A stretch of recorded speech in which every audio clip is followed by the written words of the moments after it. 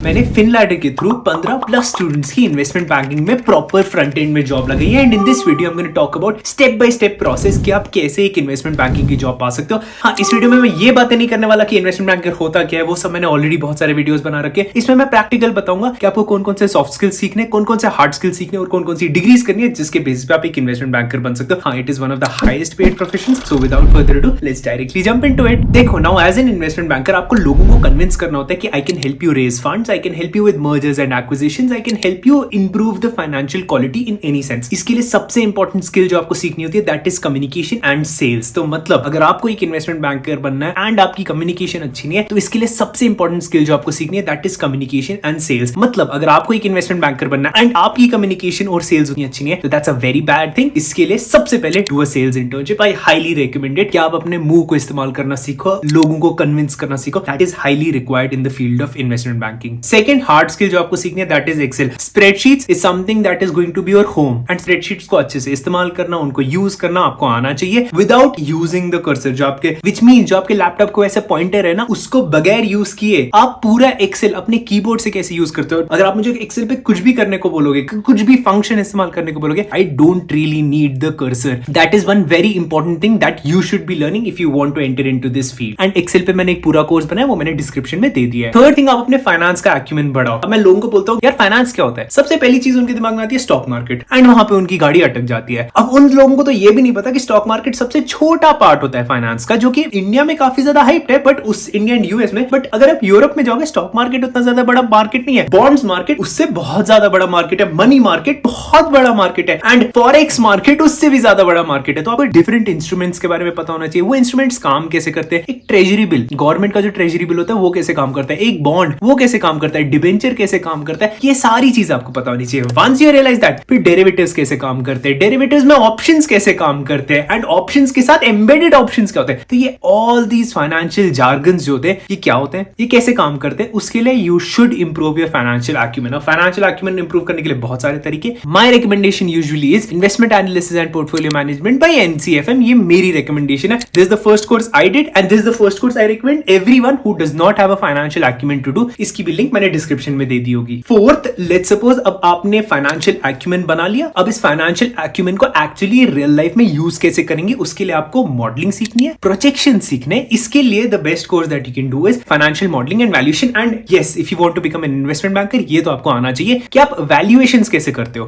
Valuations करने के लिए क्या क्या चाहिए होता है, आपको समझना होता है कि अभी किस कंपनी का क्या रेवेन्यू है एंड उस रेवेन्यू को किस ग्रोथ रेट पे आप ग्रो करोगे, क्या क्या अजम्पशंस होते हैं उस ग्रोथ रेट में, रेवेन्यू के कंपोनेंट्स क्या क्या होते हैं, एक्सपेंसेस के कंपोनेंट्स क्या क्या होते हैं, वो किस स्पीड पे ग्रो करते हैं, उनमें क्या क्या चीजें पता होनी चाहिए। तो ये सारी चीजें आप एक फाइनेंशियल मॉडलिंग एंड वैल्यूएशन के कोर्स में सीख जाओगे, जिसमें आप प्रैक्टिकली समझोगे कि अगर ये कंपनी के रेवेन्यूज है, ये कंपनी के एक्सपेंसेस है, तो इनको मैं किस स्पेस पे ग्रो करूं, किस स्पेस पे ग्रो करने चाहिए, क्या फ्यूचर मार्केट प्रेडिक्शंस है, क्या अभी के करंट मार्केट ट्रेंड्स है, उनके बेसिस पे ये मार्केट कहां पे जाना चाहिए एंड आज से 1 साल के बाद इसकी वैल्यूएशन क्या होनी चाहिए। अगर आप ये निकाल पाए कि आज से 1 साल के बाद ये वैल्यूएशन होगी, 5 साल के बाद ये वैल्यूएशन होगी, तो आज मुझे इसको इस प्राइस पे खरीदना चाहिए। That is basically the best thing that you can do, the best thing that you can learn to enter into the field of investment banking. And yes, इसके लिए भी एक बहुत अमेजिंग कोर्स जो फिनलैडर की टीम ने इन इटसेल्फ बनाया है, गोल्डमैन सैक्स के प्रोफेसर ने खुद ये कोर्स बनाया है, उसकी भी link in the description. Next, fifth, आपके पास एक प्रॉब्लम सॉल्विंग एबिलिटी होनी चाहिए और एक एनालिटिकल बेंट ऑफ माइंड होना चाहिए। अब इनहेरेंटली आपको ये कैसे पता चलेगा, मैं यूजुअली रेकमेंड करता हूं स्टूडेंट्स को, जो मेरे स्टूडेंट्स होते हैं, कि आप केस कॉम्पिटिशंस में जाओ एंड केस स्टडीज उठाओ। केस स्टडीज आपको ऑनलाइन बहुत सारी मिल जाएंगी, ये केस स्टडीज सॉल्व करने की कोशिश करो। इससे क्या होगा, you will put yourself in the shoes of decision makers and you will see कि मैं कैसे कॉम्प्रिहेंड करता हूं एक सिचुएशन को एंड उसमें मैं कैसे अपना आंसर देता हूं। ये आपको इंटरव्यूज के लिए बहुत अमेजिंग तरीके से रेडी कर जाएगा। जैसे कि आप एक कंपटीशन में जा सकते हो जहां पे आप समझोगे कि किसी कंपनी की ग्रोथ रेट क्या होनी चाहिए। अभी जियो का केस ले लो,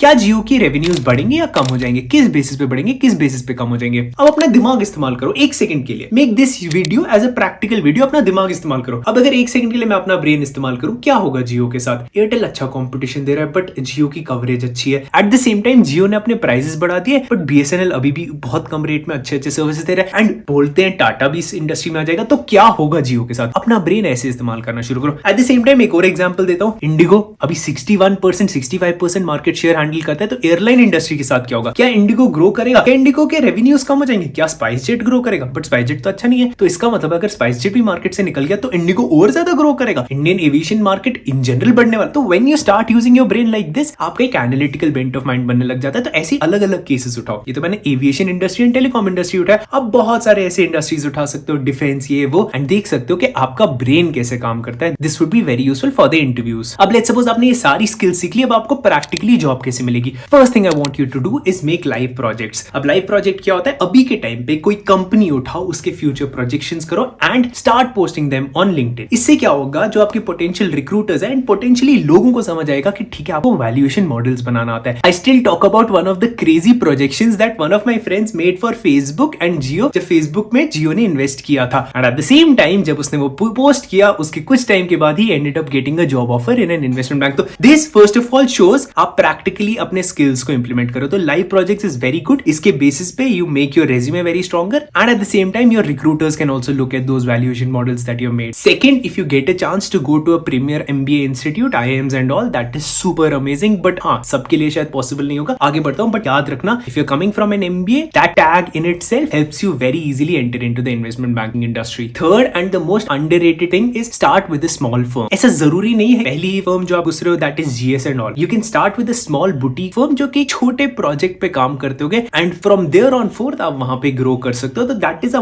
must. Majority of the people from फिनलैंडर end up entering into a boutique firm first and वहां से फिर वो स्विच करते करते अच्छी कंपनीज में पहुंचते हैं। तो if nothing happens, try for a boutique firm first. And fourth, networking बहुत ज्यादा इंपॉर्टेंट रहेगा to reach out to people and check LinkedIn profiles of people who are already working in investment banks and वहां से देखो, reverse engineer करो कि भाई उनकी प्रोफाइल में क्या क्या है, उनकी प्रोफाइल में क्या क्या मिसिंग है, उनकी प्रोफाइल में क्या क्या एडेड है, एंड ये सारी चीजों को कंसिडरेशन में लेके मैं क्या क्या कर सकता हूं। That would be very important. अब अगर आपको ये सारी चीजें समझ आ गई तो एक चीज समझ आ गई होगी कि इन्वेस्टमेंट बैंकिंग में घुसना थोड़ा सा मुश्किल है, सैलरीज काफी ज्यादा अच्छी है एंड हाँ, वर्किंग आवर्स थोड़े से मेस्ड अप है। बट अगर आप ऐसे ही हाई पेइंग जॉब में घुसना चाहते हो, फाइनेंस बैकग्राउंड से आते हो या फिर कॉमर्स बैकग्राउंड से आते हो, तो business analytics is something that you must watch. Business analytics is also a very lucrative career. This is a video you might want to watch and a career you might have not considered.